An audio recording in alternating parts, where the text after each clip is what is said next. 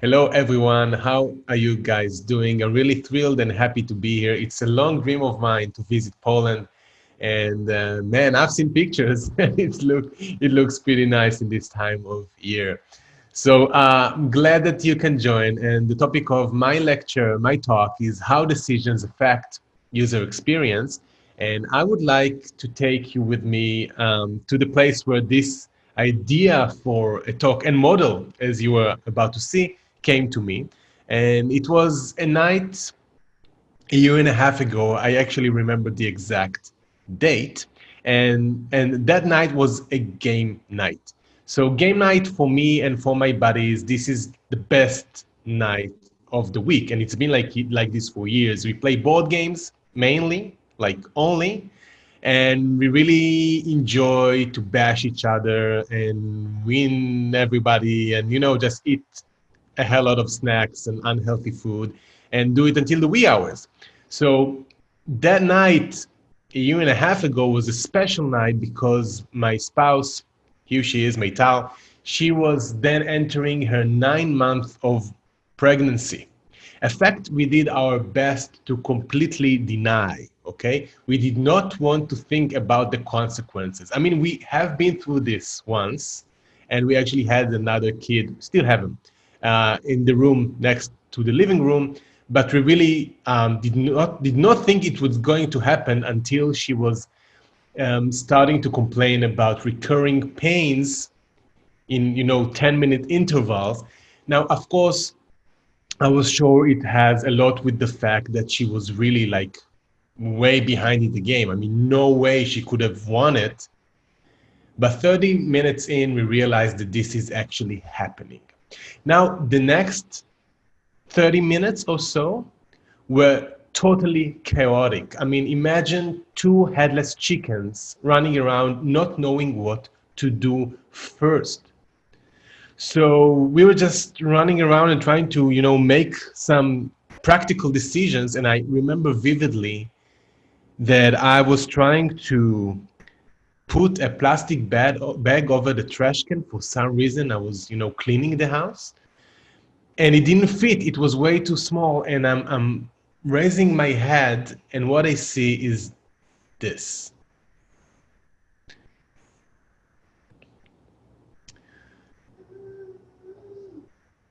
So these are our friends, bachelors, by the way.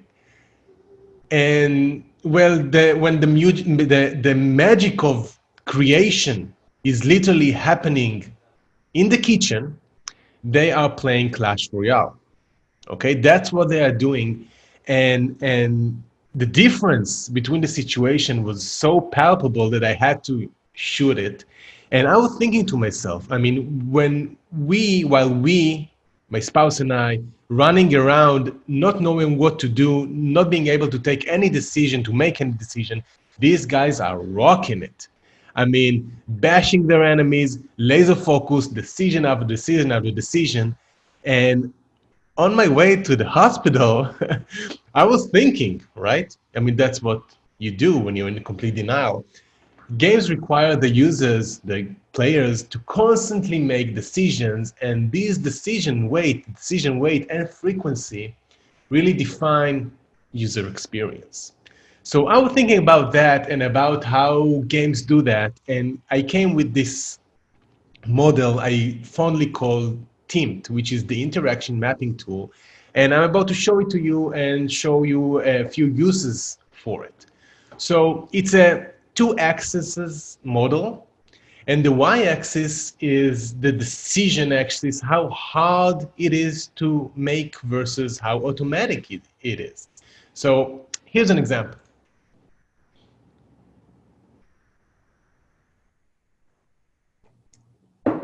Okay, so how many people here, raise hands, even if you are at your office or whatever, or some place public, raise your hands if you started to solve this puzzle.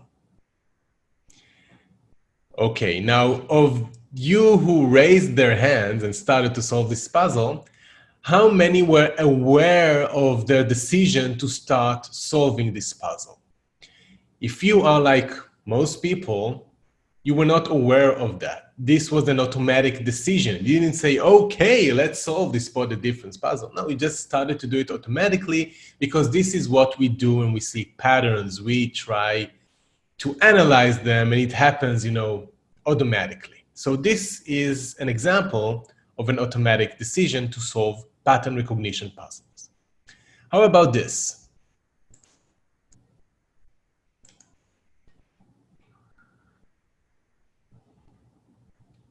So how many of you were very aware of the decision not to solve this equation? Not because you cannot, you can, obviously, but solving this would require brain power, and it's a lot of energy that you may have used, you may use it for something else.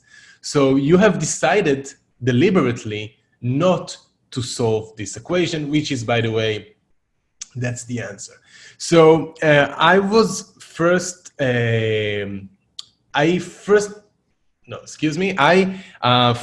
found out first about these two types of thoughts that we have, like deep thinking versus automatic thinking, in an amazing book by Daniel Kahneman, Thinking Fast and Slow.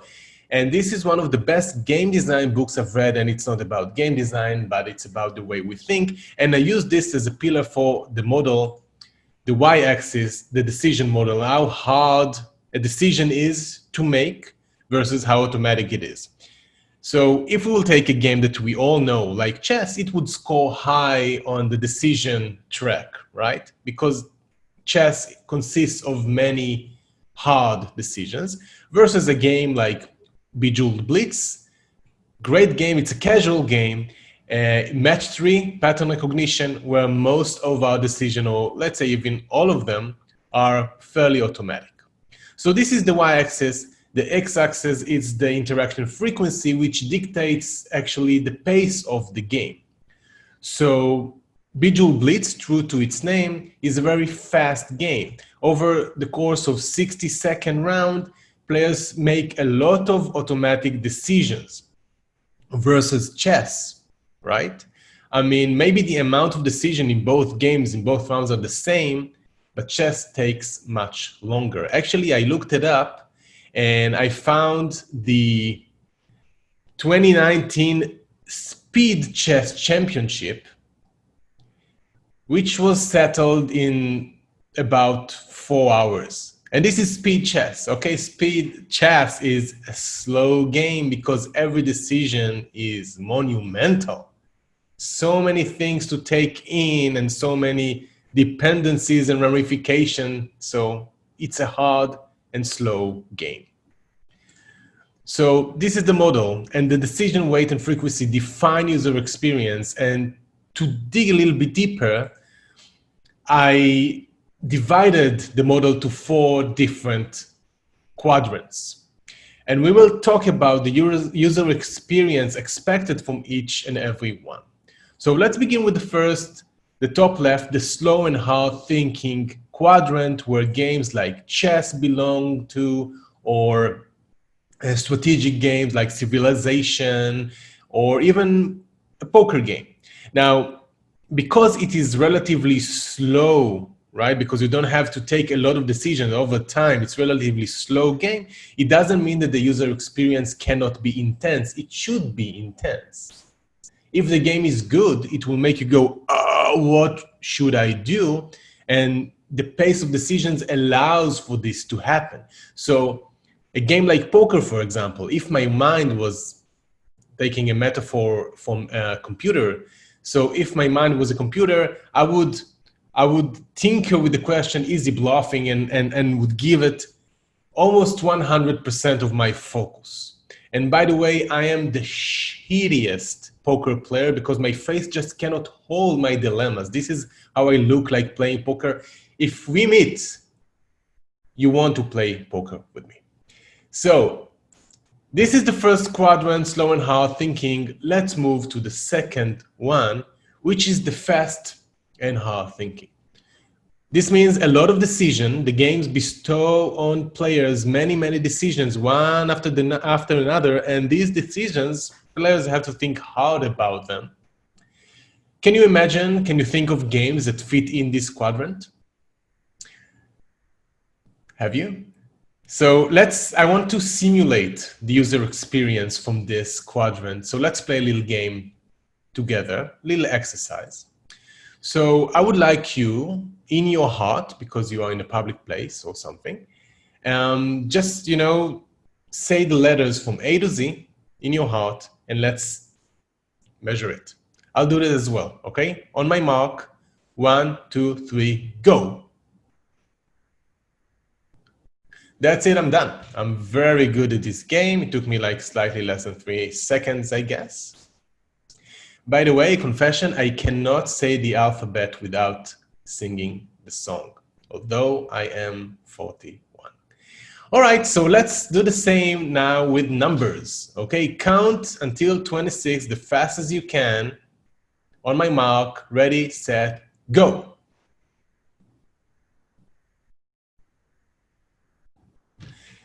I'm done. I'm done. How about you? Who won? Who won? Let's show me. Yeah.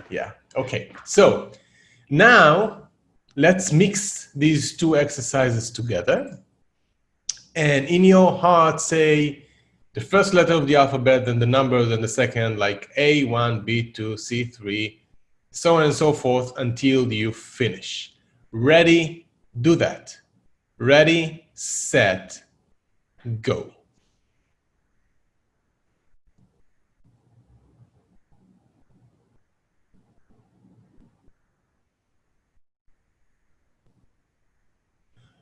Okay, at this point, I'm just nodding my head. I'm not even doing this anymore. I reached G. So this exercise is actually a simulation for multitasking, how bad we are at multitasking. But this is also a good example of experiences that you may find here in the second quadrant. Now, if we were to practice this and do this a lot of time repetitively, we would probably be able to do it in a very fast time. And this is what we call skill building, when we take something that is hard for us and we do it repetitively until the decisions or the thoughts behind the decision become automatic. And these apps, like mostly these brain apps, like brain games like Lumosity or Elevate, these are the kind of applications that you usually see in this quadrant. And they're supposed to build your cognitive skills. And their effect on players are, players are astonished playing these games, because when they just start playing games like Lumosity, they're not doing very well. And after a short time, they are doing very well in these games because they build skills in these games.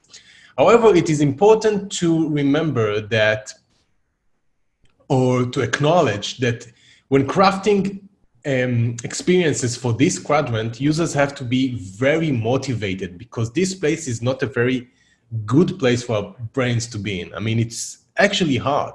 So players have to be very motivated, as in, we don't want to get dementia motivated to play games in this quadrant.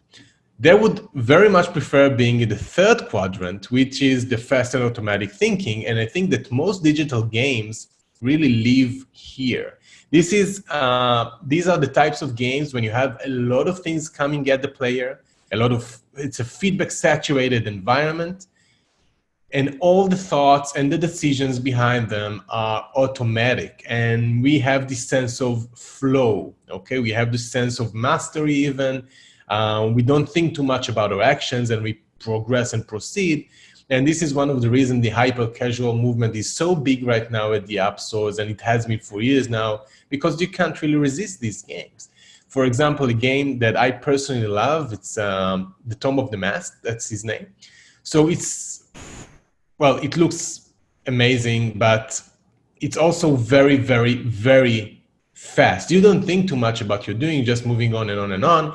And reflecting on our CPU metaphor from before, each decision here is binary. It's either yes or no, tap yes or no, left or right, jump or shoot or whatever. And it would take a very small portion of my focus. So this is where most digital games are. What happens on the fourth quadrant, the slow and automatic? This means that users do not have too many decisions to make, and when they do, it's very, small decision, very automatic decision that they have to make. So what kind of games we have in this quadrant? The prime example would be probably slot machine games, in which players most of the time just stare at the reels rolling around, spinning around. So this is a very much slow and automatic thinking example. And the only decision players make playing these games is whether they want another spin. And even this they don't do today, because now all these games have this giant auto spin button. When pressed, you don't even have to ask yourself if you want another spin. It just goes on and on.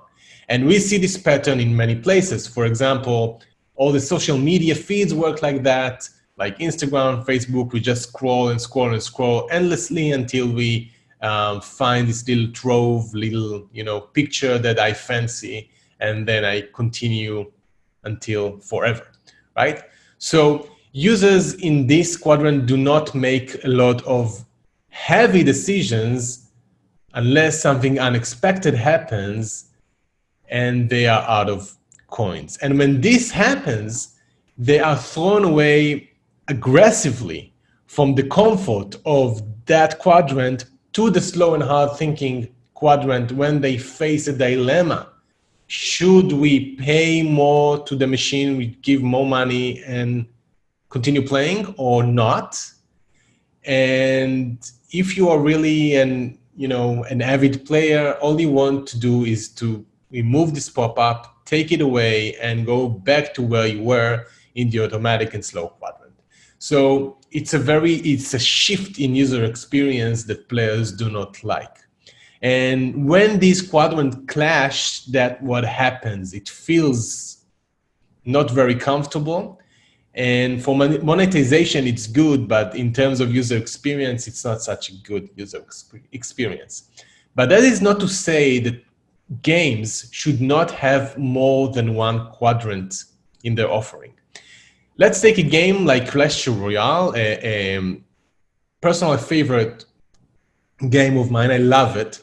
And the core experience of Clash Royale probably lives around here, the fast and automatic thinking quadrant. I mean, when you begin, it's a little more up, more of like fast and hard thinking, but it goes down as you get better and you get familiar with your cards, your troops, and your opponents also. And the game is very condensed, and you make a lot of decisions fast.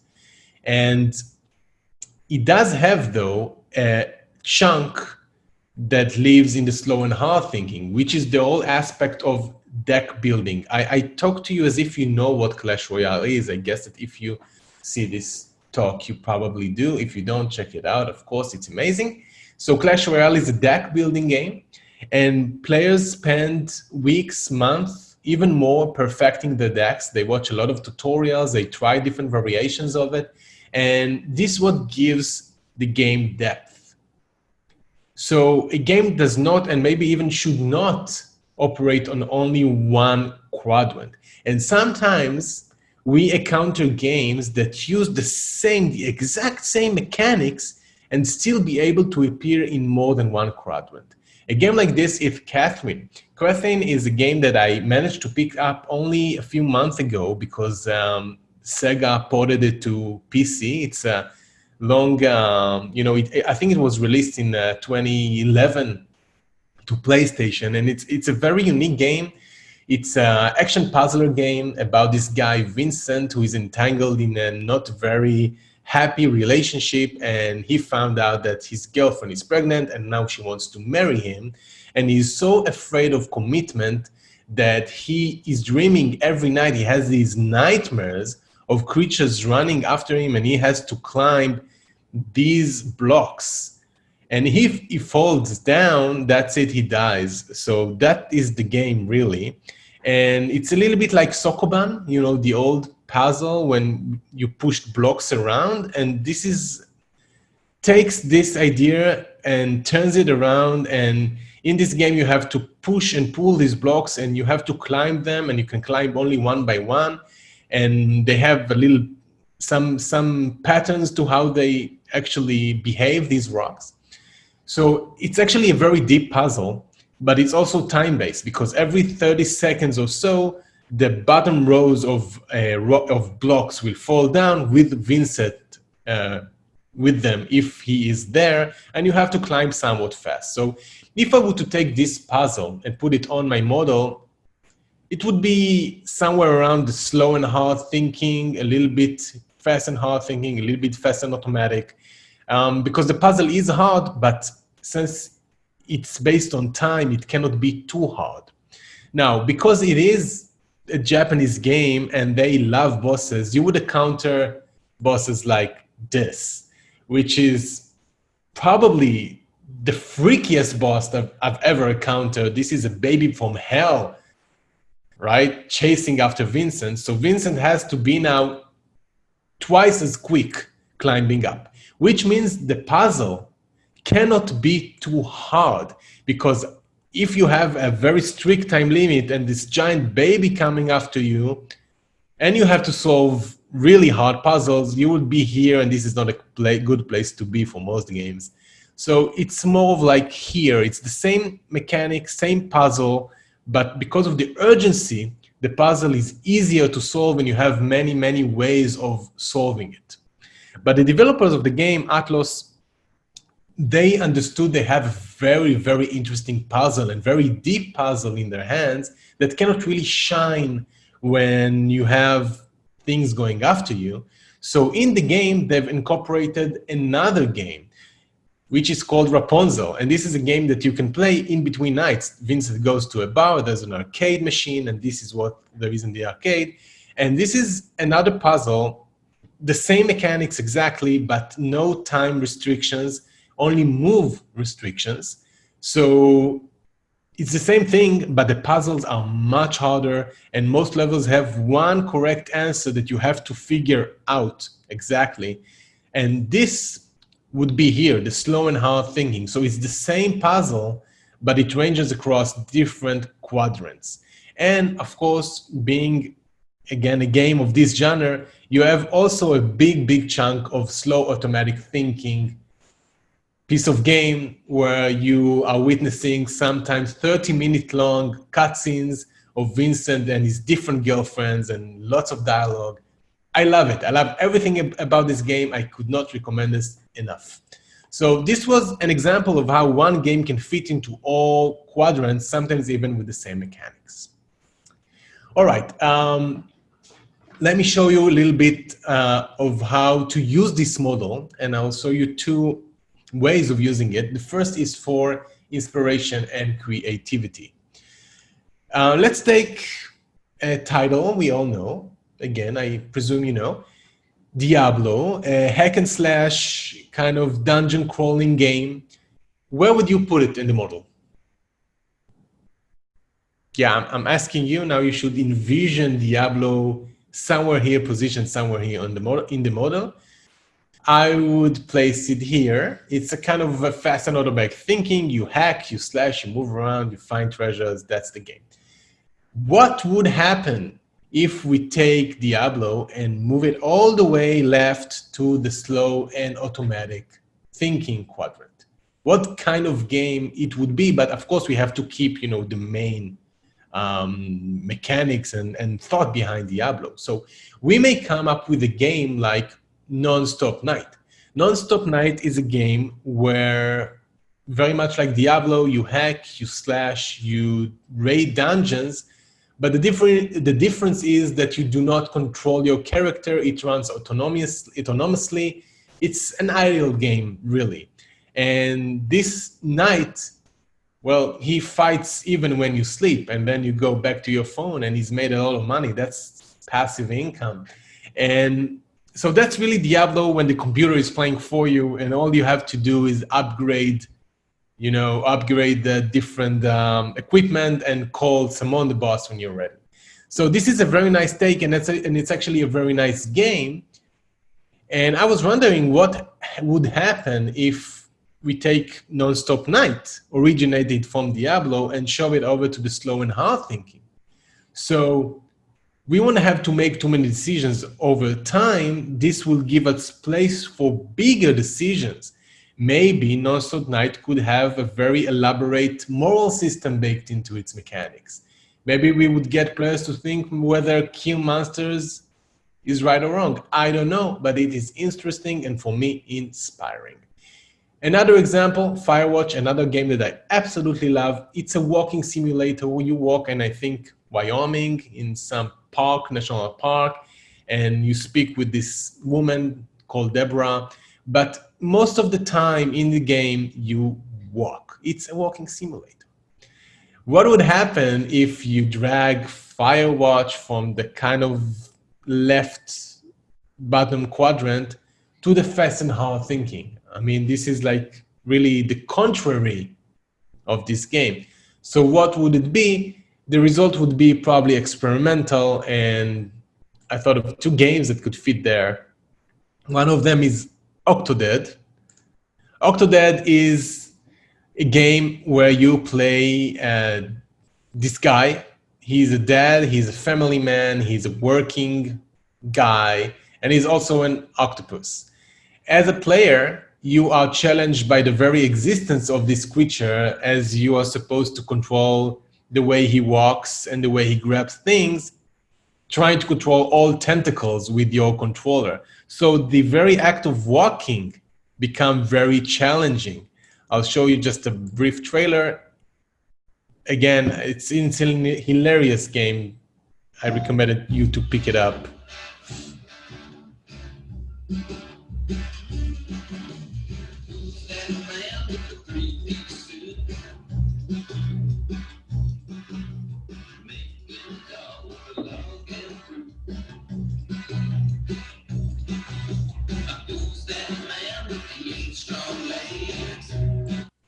Right. Another example is Manual Samuel, another indie game that I picked up, in which you are playing Samuel, an urban douche that died, and he met death, and death offered him a wager. Live 24 hours being totally manual, and you will live to see another day. So as the player, you are supposed to control Samuel completely manually, to the point where you have to blink, you have to tap, I don't know, the left trigger or something on your controller to blink, so your eyes will be a little bit, with moist, and you have to breathe manually, and of course you have to walk manually, like each leg and each joint in your body. And in this specific scene, you're supposed to drive a manual car, which is hilarious, and also it challenges something we take for granted in games, that we can just walk. And Samuel, like peeing for Samuel, is a task from hell. And this is, again, very interesting take. So what happens when you move experiences around the model? I give this exercise to my students, and they often come with very surprising results, and it opens your mind in terms of what's possible when you design these experiences. So I want to show you a few more uses of the model now about crafting experience. I'm going to share two works of my own. So the first one is a game called Katomolo. It's a recycling game. So in Israel, we have a problem with recycling. Not personal, I guess. We just don't do it all that often. Only 15% of trash is recycled. And out of these 15%, about 30% is sorted correctly, which means that even when we have good intents of recycling, we just don't know how to do it. So the recycling company of Israel approached me and my team and asked us to come up with a game that would raise awareness and teach people how to recycle. And really, their expectations were so low. The only thing they asked us to do is to use their cat. This was the only guideline there. Use the cat from their commercial. And it is quite cute, I gotta say. So what would we do with the cat? At first we thought, we're aiming for a younger audience. Maybe we should put the cat here in the fast and automatic thinking quadrant, and maybe like a hyper casual game, and he will run and he will pick packages. But sure enough, we came to the realization that it's a fun game to play, but no knowledge whatsoever. So we tried to craft an experience in the slow hard thinking, focus on why recycling is important, and try to give a lot of knowledge in terms of which package goes to which bin. But players didn't really like this approach. It was too hard. They were not motivated. So we did the trick of giving a very specific task and repeat it enough times so they would go, the players, from the second quadrant, the first and hard thinking, to the fast and automatic thinking. This was the idea. And we came up with this idea. We'll put the cat big in the screen because, requirements, and packages would fall down from the top of the screen in an ever rapid pace. And players would have to choose the different bin in which they belong to. So this proved too hard for players, and they did not want to play the game. They were like, okay, take the phone after 1 minute. So we eliminated the other beans and we focused on the orange bean only, which is a very eclectic bean. Now I know, you don't even believe, there's no common thread behind the things that go in that bag. So we said, okay, we're going to teach only that. And the packages go, from the screen in ever rapid pace. And after like 20 or 30 packages, when users feel comfortable and they are building the skill of sorting the packages, we open another category of packages for them, and another and another. And if they do it enough times, these decisions would be automatic and they've learned something, they built a skill. So if you remember, crafting experience for the fast and hard thinking quadrant is hard because users have to be motivated in doing so. And we didn't really have a motivation for playing, a recycling game, but the cat that is kind of famous in Israel. So the recycling company, came up with the notion of prizes. I personally do not like prizes very much as a motivation thing, but I am aware of their impact. So we used it, and we used this leaderboard. And if players did not complete at least 60 packages, which we figure out was the minimum for them to obtain some knowledge, we nudged them towards playing again, saying, okay, you're missing this and that points to score 60 and get into the leaderboard. And this is how we rolled out to the public. And we were actually very surprised to see the leaderboards. One sorted pack equals 1 point. And people have played hours to get ridiculous amount of points, like this guy who scored 23,449 points. Now, I don't know who this guy is, but one thing is certain, he knows what goes in the orange bin. So eventually, we were satisfied with the game and the game results. We had a little bit over 500,000 installs. That's about 6% of Israel population. 100 million plus virtual packages sorted. And we also saw an impact, 3% improvement of real life orange bin sorting, which is really, really nice. So that was Katomolo. Another case study is GoCube. GoCube, that's a cube. I have it with me. It's a magical cube. It's a Rubik's cube, Rubik's cube, like no other, because it speaks with your phone over Bluetooth.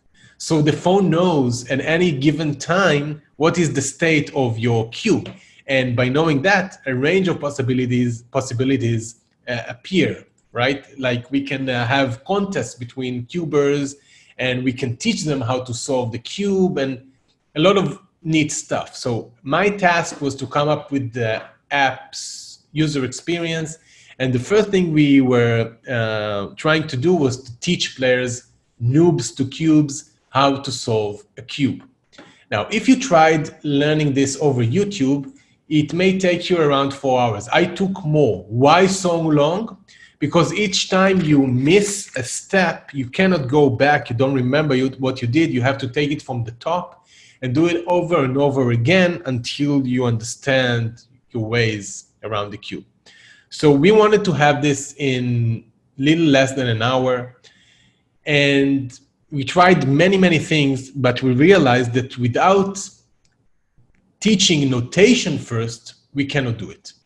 What are notations? Notations are like the language of the cube. And these letters, they tell players what they should turn and how. And whenever players are making a wrong move, we have this undo pop-up and they tell them how to go back to where they were. But if they don't know how to read it, they would get lost.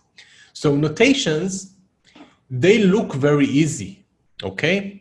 For example, when you see U, you have to turn the upperface clockwise. So do it with me, hold this virtual cube and turn the upperface clockwise. Okay, so right is turn the cube, the right face clockwise as well. So do it with me, move it clockwise. Great. Left, the same thing, move the left face clockwise, do it. And if you did something like that, like away from your body, you are wrong because it's left, it's 180 degrees. So the actual move would be from away to your body. And this is where confusion begins. So players, they saw our tutorial about notations and they moved on fairly quickly without practicing them, thinking they know notations, but the fact of the matter is that they didn't.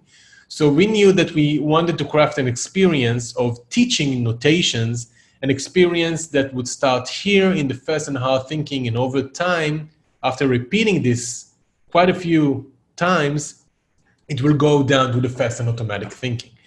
But the problem here was, again, motivation. I mean, people did not want to study notations. They want to solve the cube, and notation was just, the necessary evil. So we had to think of a scheme where players would love to practice notations. And we already had, by that time, the infrastructure for competition, P2P competition. So we used it to create what we call a scramble contest. Two players, one against each other, and they will both have to solve, these notations, make the notations as fast as possible, represented by a spaceship, and whoever finishes first takes the match, and you can also bet on it and stuff. So this proved very, very useful. Players, they had two surprises. First, they were surprised to see they did not really internalize the notations as they thought they were. And they were like, okay, I was beaten to death. I want to try again and again and again until I win. So they did it, more than a few times. And also each time they finish a scramble contest, they finish with a solved cube, because this is how it goes. And 2 turns before, it looks completely like a complete mess. And like magic, it turns solid and the cube is done. So by the time they came back to the tutorial of how to solve the cube, they have already solved it a few times and they knew notations, okay? So now they did enough time to build a skill of notations and they could continue to solve the cube. However, we had another problem right now that occurred, because now our tutorial was too automatic. People were just repeating our steps with the knowledge of notations without thinking about what they were doing. So we have to slow the pace. We have to slow the pace of the tutorial by posing questions that would throw them away from the comfortable automatic zone to a kind of a heavier thinking mode trying to answer our questions. So we actually slowed down the pace and we broke it with hard thinking elements. But this proved very, very useful because when players finished the tutorial, they said that they understood the logic behind it and not just repeating sequences. So the result was that 90% of players that have engaged with the Scramble contest have finished solving the cube's tutorial, and 45 minutes is the average time. And this is my friend Asaf with a solved cube for the first time in his life. And also we got a feedback in the app stores, good feedback that address specifically the tutorial and how they finally solved the cube for the first time. And this made us very happy. So this is the model. These are the 4 quadrants, the slow and hard thinking quadrant that requires not many decisions over the course of time, but every decision counts, over to the horrific fast and hard thinking, which builds skill and puts players in the 3rd quadrant, which is the fast and automatic thinking, and off to the more zombie-ish kind of idle game mode where we host all the slow and dramatic thinking experiences. So I was thinking all of that in the way to the hospital back then. And we had an unfinished game which we had to get done with. And this is like, I don't know, 2 weeks after my newborn, her name is Petel, which translates to raspberry, and the game. And now she's a part of game night, usually crying. And yeah, she has a brother too. And my life, you know, if I think about my life in regards to the model I just shared with you, my life is mainly in the fast and hard thinking quadrant. I have a lot of decisions that I have to make in a very short time. Like the baby fell off the bed and she may be bleeding, but the other guy, like he's throwing trash all over the floor. So which one I should attend? Although I gotta be frank, and most of the time it's a fast and automatic thinking for me. I'm just being told what to do and I do it. But where I really want to be is here watching Netflix, maybe someday. Thank you very much. That's my email. You are welcome to holler at me, and I'm here for questions if you have any to talk about the model or life. Thank you very much. Bye-bye.